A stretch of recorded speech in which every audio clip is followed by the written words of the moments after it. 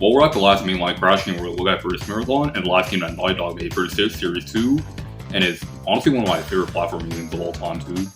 At this point in time, Crash Bandicoot was on top of the world. Yeah, the first game sold very well, and to correct myself in the last video, Crash Bandicoot 2 will become the best-selling Crash game on PlayStation, and will make Crash fans the hardcore Crash fans. Bunch of magazines, commercials, merchandise. Crash earned his title as the PlayStation mascot, going up against Mario and Sonic for the title of the platforming giants.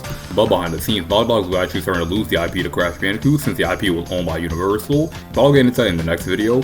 Crash Bandicoot Warped started development in January of 1998 and was finished in about 10.5 months, and it was done on a budget of $2 million. During development, Andy Gavin, Stephen White, and Greg Omni made new engines for the other gameplay styles that are in this game, but they decided to keep the original engine from the previous game because they refer to that as the classic engine that they've been using since the first game, and if they strayed away from that, they would be abandoning a big portion of gamers around the world, according to Gavin. While they were tweaking the original engine in this game, they decided to give Crash an actual shadow instead of an oval beneath them. Apparently this was a request by Sony, who were sick of having the oval follow him around, but if you ask me, I don't really get what the problem is because I never noticed that Crash's shadow actually followed his movements until I looked back at the footage from Crash 3 and compared it to Crash 2 and just went like, oh, I never noticed that. Crash Bandicoot 3 introduced some new more characters. One of the big ones is Aku Aku's evil twin brother Uga Uga, which took me an embarrassingly long time to realize that his name was just Aku Aku backwards. So he was conceived because they want to have a character whose presence strikes fear in the Cortex. Some of the old sketches for Uga Uga just showed Cortex begging for forgiveness from him, which you can see in the opening cutscene of Crash 3. Since the concept of time travel wasn't introduced in this game, that led to the creation of Dr. Nefarious Tropy. Tropy's wearable time travel device was conceptualized early on in the character's design evolution, and initially appeared as a belt-like contraption that featured a digital readout displaying the year Trophy intended to time travel to. Tropy's piston-driven, smug-wearing time travel machine was made to reflect an unhealthy obsession with time. And the last character that was introduced in this game was Dingo Doll, which is a cross between a dingo and a crocodile. In some of the early sketches, he had an Australian hat and walked on all fours and had a mop of hair, which honestly would have looked pretty hilarious. I would love to see his old design come back in some kind of way, whether in a costume like they did with the Willy the Wombat skin in Crash 4, or maybe just in a passing mention. He also used to be a fire-breathing character before they just tried to give him a flamethrower, and if you ask me, that was a pretty good alternative. Naughty Dog really wanted to make Crash Warped visually different from the first two games since they had more jungles and factory type of environments. The artists at Naughty Dog were able to go all out with the time travel idea, designing all level environments like making Arabian Nights themed levels, medieval time periods, driving a motorcycle in the 50s, riding on a tiger on the Great Wall of China. This also let them go all out with the level of detail too. This is all in new technology that they tweaked from the original engine, like the way some of the background elements were constructed. Anyway, Crash Bandicoot Warped was released on the PlayStation on November 3rd, 1998, and while it didn't sell as much as the second game, it was still its 13th best-selling PlayStation game of all time, and like the second game, it will receive critical acclaim and will be called one of the best-based PlayStation games of all time, with a bunch of 8s and 9s flying everywhere. However, this game is pretty split among Crash fans, but I don't think there is anybody who thinks that this game is genuinely bad, and even if there is, those people don't exist. But in all seriousness, the main argument between Crash fans about this game is split into two camps. Some people think that it's the best in the series and think that its improvements of the formula set a standard for Crash games going forward. Meanwhile, other people think that this game is overrated because usage of different vehicle sections, since more than half of the game is vehicle-to-vehicle sections, and doesn't have enough of the game's core hallway corridor platforming. Where do I stand on this argument? Well, we're getting into that the more we get into the video, but let's talk about the last platforming game on the PS1, Crash Bandicoot Warped. Sony Computer Entertainment America presents a Universal Interactive Studios production. A game created and developed by Naughty Dog. Always sounded to sound like Uga Uga interrupted himself mid-sentence during that line. Crash Bandicoot Warped. I kind of wonder what direction Clancy Brown was given with that warp line at the end, because it sounds like since his voice was so tired, because he voices both Neo Cortex and Uga Uga in this game. So it just sounded like he was recording this while he was in the middle of passing a giant kidney stone. Fun fact for 3 people who didn't know, if you put in the Konami code, you can play the Spyro the Dragon demo, and you can do the same thing as Spyro 1 too. This would actually become a recurring theme for both series, since Spyro 2 will have a demo for Crash Team Racing, and Spyro 3 will have a demo for Crash Bash. The demo pretty much has the game finished, the only difference being that one speedway level in the artist home world is already open, and you don't have to open it beforehand. Okay, let's actually get into the game now. The story is a little bit more sophisticated than the last 2 games. After blowing up Cortex's spaceship at the end of the last game, that destroyed piece comes crashing down to the Earth's atmosphere, destroying one of the part of the temples, which frees the spirit. However, at the Bandicoot's home, they hear an evil laugh into which Aku Aku, who just somehow has a voice for some reason. Realize that his evil twin brother Uka Uka has been freed. Then we cut to the time twister with Uka Uka yelling at Cortex for his incompetence. Apparently since the first game, Cortex has been taking orders from Uka Uka, which kind of sounds like that they're reaching a little bit with that, because wasn't Cortex just trying to make minions to conquer the world and shit? So with that logic, wouldn't that mean Uka Uka inadvertently created Crash? Anyway, Uka Uka decides to spare Cortex's life because of failures, freed him from his temple prison, and gives him one last chance to get the crystals and gems. Aku Aku tells Crash and Coco about Uka Uka's plan, and they waste no time to go to Entropy's Time Twister. Also, am I the only one who noticed that Polo ran out of the house with them, but is still on the left looking angry? Did they just get two polar bears, or can this pup just fucking duplicate himself at will? I know the real answer is probably just an animation error, but it's still fun to think about. So now Crash and Coco are off to collect the crystals and try to save the world from Cortex and Uka Uka. The story again isn't any bigger than the last two games, but again, it's nice to see that the production values have been given a bigger boost since the last game. Like I said before, Clancy Brown still voices Cortex, and he does a great job here again. Like I love in this game, he's just so apathetic to Crash's ruin his plans at this point. Like he's just like me after going to school for 9 months. He just wants to get everything done and over with.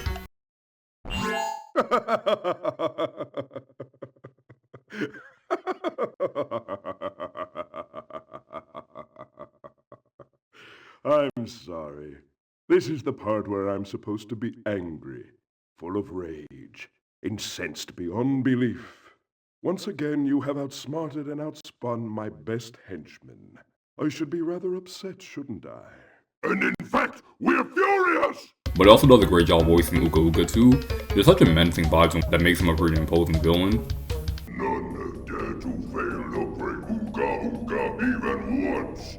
But you, Cortex, you have failed me twice! Great Uka Uka, it was that infernal Bandicoot! From deep inside my temple prison, I sent you simple instructions to follow. But you lost the gems, you lost the crystals, and I have lost my patience! Also, does anyone else think that it's kind of weird how in the opening cutscene they hid his face for the entire time, only to show his face in the next cutscene, like no build up or anything? The entire voice cast does a pretty good job here in this game. Out of all the games in the original trilogy, Warped is the only one I can quote the most off the top of my head. That might be because this game has more dialogue than the game before, but everyone's performance is pretty good.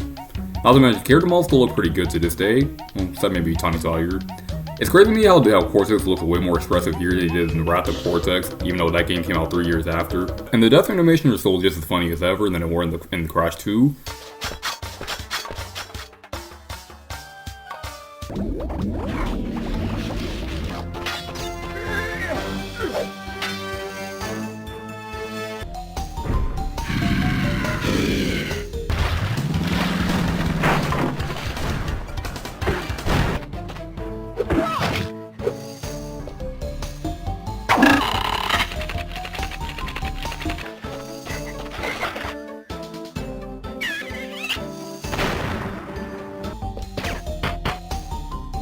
Levels look pretty good. Since they're working with a time travel concept that allowed Naughty Dog to make all different types of level aesthetics, I heard one critique about Crash 2 levels that a lot of them use the same level themes and look the same sometimes. But in Warped, no level in this game looks the same. I mean, yeah, some levels have the same level themes, but they have different details to separate itself from each other, like how G-Wiz is sunny and Double Header is rainy. But that's detail I can appreciate. I also love how when you grab a gem or a crystal, there's like a little like poof effect when you grab them, and it looks really good too. This game still has some of that PS1 jank, but it's definitely funnier here than it was in Crash 1, like running while the death platform is returned to its place, triggering the dinosaur to run out of his cave. And you can trick this frog into running into a nitro crate and make it kill itself.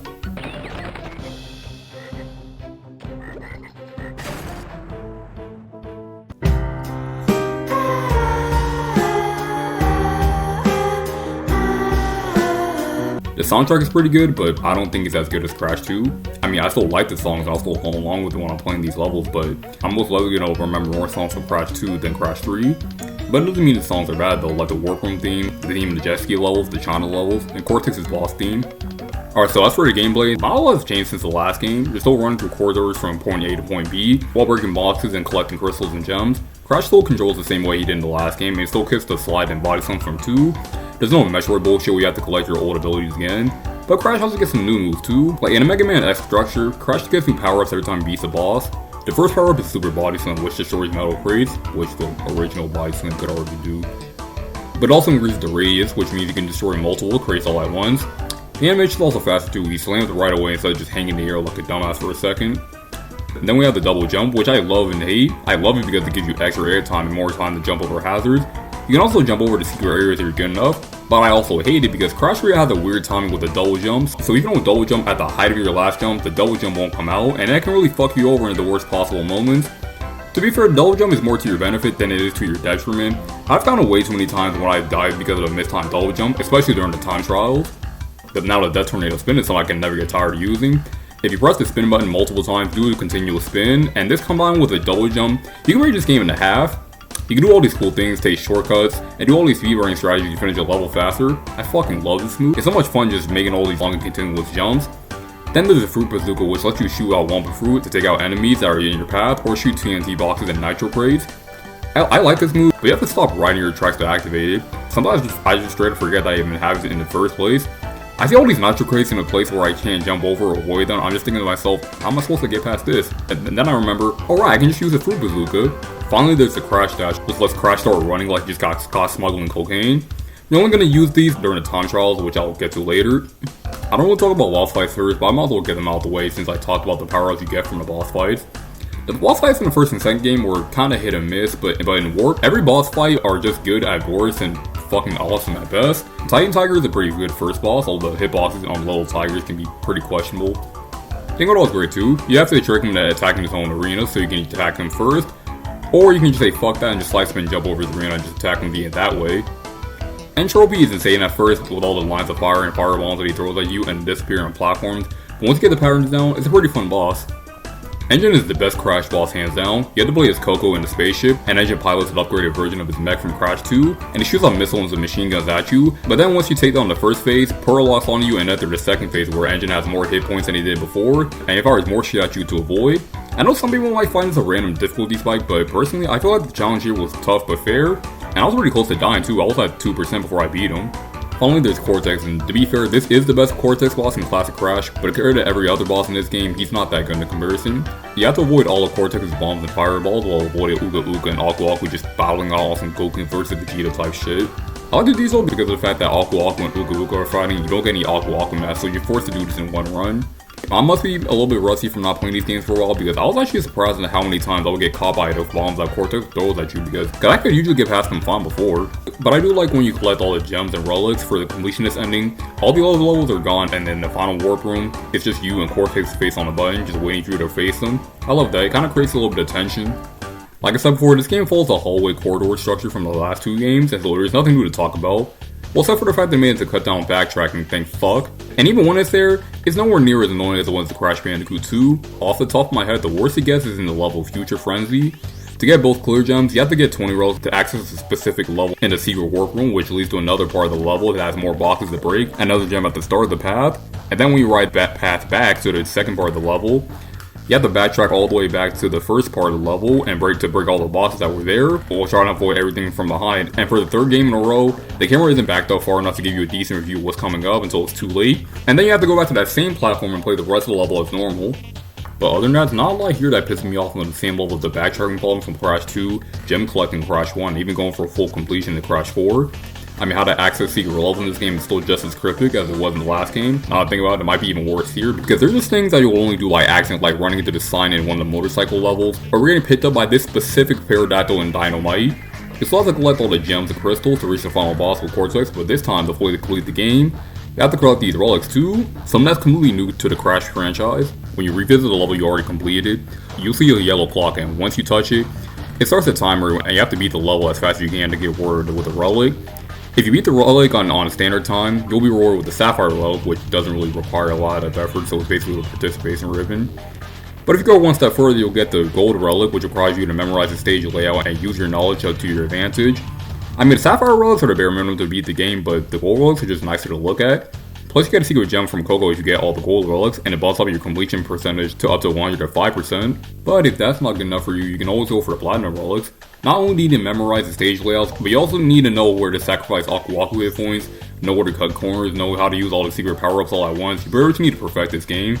I hope one day I can be able to get all the platinum relics in this game, and I did get 3 of them for this video.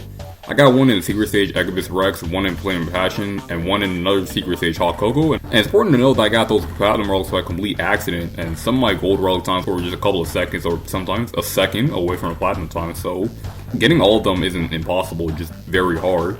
But again, these are just if you want to go the extra mile, just Sapphires or relics are good enough. By the way, Crash does the Crash Dance after getting a gem, which he does in Crash 2 too. This isn't really a selling point to the game. I doubt that anyone will just look at him doing the dance and be like, oh shit, I gotta play this game now. It's just something funny that I want to bring up. This game keeps the same tradition as the last two games with getting all the collectibles, giving you the best ending. If you beat Cortex the first time, Cortex and Uka Uka realize they can still win with the gems, but after fully completing the game, Entropy's Time Twister is completely destroyed, leaving Uka Uka stuck in the past while Cortex and Entropy are just playing tug of war with him. This is honestly a really satisfying conclusion to the trilogy, and one last final humiliating blow to Cortex. So there's been something that I've been neglecting to talk about this entire video, and that's the multiple different gameplay styles this game introduces. First, there's the underwater level, which kinda suck. Though it's a little bit too slow for my taste, and I don't really like the swing controls either. It's just a little bit too clunky to me. But there's also the animal riding level to Coco, on the Great Wall of China with a tiger cub. This also marks the first time Coco was playable in a Crash game too. It's easily the best animal ride level of the trilogy since it controls so much better, and you can dash, which is pretty useful during the time trials. And also, out of all the animals in the trilogy, Pearl is probably the cutest out of all of them. Fun fact, Pearl was originally going to be a panda during development, but then she was changed to a tiger cub instead. There's also this baby T-Rex getting right as Crash, but it's only in 2 levels. It controls fine, but the structure animation for his jumps is just kind of sketchy to me. I don't know, I just don't know where my jumps are going to land when I look at it. Then there's this jet ski level with Coco, where you get to ride a jet ski during a time where his powers rule the 7 seas. Maybe we'll get to see a special guest appearance from the Straw Hat Pirates. Anyway, this might be my favorite gameplay style in Crash 3, just because it just controls good. The jet view feels like it has some sort of weight to it, and it's just fun to zip around, jumping on ramps and everything. And also the sound design is pretty good, especially when you're jumping on ramps. Then there's their motorcycle levels, which I'm not that big of a fan of. Turning's a little bit too stiff, and breaking all the boxes is kind of annoying because you can't turn around if you miss any boxes, and you can't restart the race by dying, since if you drive off the map, you're brought back right onto the track. Plus you gotta deal with all the other racers that can bump into you and rob you from getting in first place. It's a lot easier doing the time trial when all I have to worry is just getting to the finish line as fast as I can, not even getting it first. It's definitely a lot more comfortable. That and because I can just wait at the starting line while the racers just leave, and then I can just start the time trial. But fuck that one secret level you have to drive your motorcycle in the dark. That level's just not fun no matter if I'm getting all the boxes or doing the time trial. It's damn near guesswork. And finally there's the biplane stages, which are playable with both Crash and Coco. They're open arena dogfighting stages where you have to shoot down the blimps while avoiding the planes shooting at you. I'm not a big fan of these either. I mean, they're better than the motorcycle levels, but the enemy blimps are way too aggressive. I'm sure you can shoot them down, but they immediately come back right after. Ironically, unlike the motorcycle levels, I have an easier time playing these levels casually than I do trying to do the time trials, because trying to rush while shooting down the blimps and trying to avoid enemy fire is a goddamn chore. Meanwhile, when you're trying to shoot down the blimps and planes by my leisure, it's definitely a lot more comfortable. But the secret level of Rings of Power, which I hated before, is actually pretty fun. So the multiple vehicles and gameplay styles in this game are very split among Crash fans. Some people think that the vehicles and animal ride levels take away from the main platforming in this game, and is one of the contributing factors to why they think Crash 2 or even Crash 1 is the best in the trilogy, while other people think that they're more like small bracing with great platforming in the main levels, or just add on to the regular levels in general. I hear people say that it's unfair to criticize Wrath of Cortex for having too many vehicles, when Crash 3 has half of the game being platforming and the other half being vehicles. And to the people who say that, I'll tell you what, your points are valid, but here's my counter argument. Yeah, Crash 3 has just as many vehicles as Wrath of Cortex, but the thing is that Crash 3 is a lot more focused with its different gameplay styles, while Wrath of Cortex has a new gameplay style in almost every level. And yeah, I might get only full enjoyment out of 3 to 5 different gameplay styles in Warped. I really only like 2 or 3 out of the 10 different styles of Wrath of Cortex, and even then, some of the styles just come and go in Wrath of Cortex, with some only appearing in one level and just never coming back again. Warped has at least 3 levels for each gameplay style. That's just how I see it. As long as a different gameplay style keeps in touch with what the franchise is all about, in Crash's case, it's just running through linear hallways while breaking boxes. I could care less with how many vehicles or animal ride levels they add to this game. If any of you guys want to offer your opinions, then please put them in the comments below, because I'm actually pretty interested to know. By the way, once you're 105% complete this game, you can find fake Crash in some levels, which was based on a shitty Crash Bandicoot plush that was sold in Japanese markets, and was added into this game as a secret Easter egg. It's nothing super amazing like the Crash Dance. I just thought it would be cool to bring it up. I know someone will probably cry in the comments if I don't. And even if you do, I really don't care. So I can understand why some people think that Crash 2 or 1 is the best in the trilogy, but even with its flaws, I still think that Crash 3 is Crash at its peak before its peak came back 22 years later. The level design is some of the best platforming levels in the trilogy. The graphics for a PlayStation game are amazing, the boss fights are exhilarating, all the new power-ups and mechanics they introduce are amazing, and the game overall is just great from start to finish. I might not like for some of the new gameplay style that this game introduces, but I had too much fun with the others to care. There's definitely a lot less bullshit here than the other two games, and it's just smooth sailing. Yeah, getting some of the rugs in this game could piss me off at some points, but unlike gem collecting in the first game, backtracking into and all this shit in 4, it's mostly good fun. I actually managed to fully complete this game in one sitting, unlike the first two games which took me like 2 or 3 sittings. Even in a great game like Crash Bandicoot 2, I even got all the gems and relics in that sitting, finishing with 26 gold and 4 platinum. And I didn't rush through this game like I meant nothing either. I got sucked into the game, and that doesn't speak volumes on how well the game is aged, and I don't know what will. And if you're wondering, I actually do prefer the original game over the Insane Trilogy, and no, that's not because of nostalgia. I actually played this game for the first time only 5 years ago, and I played the Insane Trilogy version first, so you cannot tell me that I'm being biased. But it's just because there's some things that I think the original does better than Insane Trilogy. From the small details like the effect when you grab the gems and crystals, it just doesn't have that same splash effect as before, to the bigger things like what the fuck happened to the jet ski in Insane? It's so much more heavier and it's nowhere quick to turn. Like out of everything in the Insane Trilogy, the jet ski is the only thing that feels worse than the original. But at least some secrets are a lot more easier to discover, like the bird flying to the sign of Hogwall. That pterodactyl one is still cryptic as all hell, but at least the final boss name with Cortex sounds even better here than it was in the original.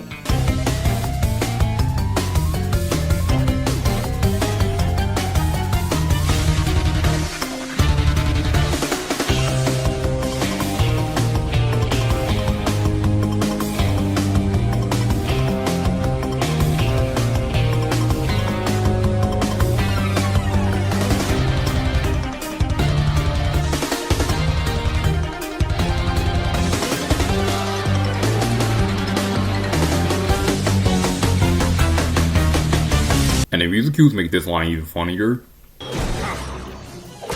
Defeated again. This is not fair. Maybe I should retire to a nice big beach with a nice big drink and a woman with nice big bags of ice for my head. So while I can easily recommend that you stick with Insane Trilogy with Crash 1 and 2, you can really play either one with Crash 3 and get the same great experience. So by the time the Crash Trilogy was wrapping up, Souls and Naughty Dog's rights to making the Crash Bandicoot IP. But before going to the PS2 to Wave 2 with Crash with Jak and Daxter, they made one last game before moving on. So I was originally going to look at just Crash Team Racing and Crash Bash for the next video. But I just thought that maybe I should just like compile all the spin-offs into one video, since I don't know when also I'm going to be looking at both other games. So for the last Crash video, for the Crash Bandicoot Marathon, we've been looking at Crash Team Racing, Crash Bash, Crash Nitro Kart, and Crash Taxi Racing. So, yeah, but until that video comes out, thank you guys for watching, and I'll see you all next time. Peace.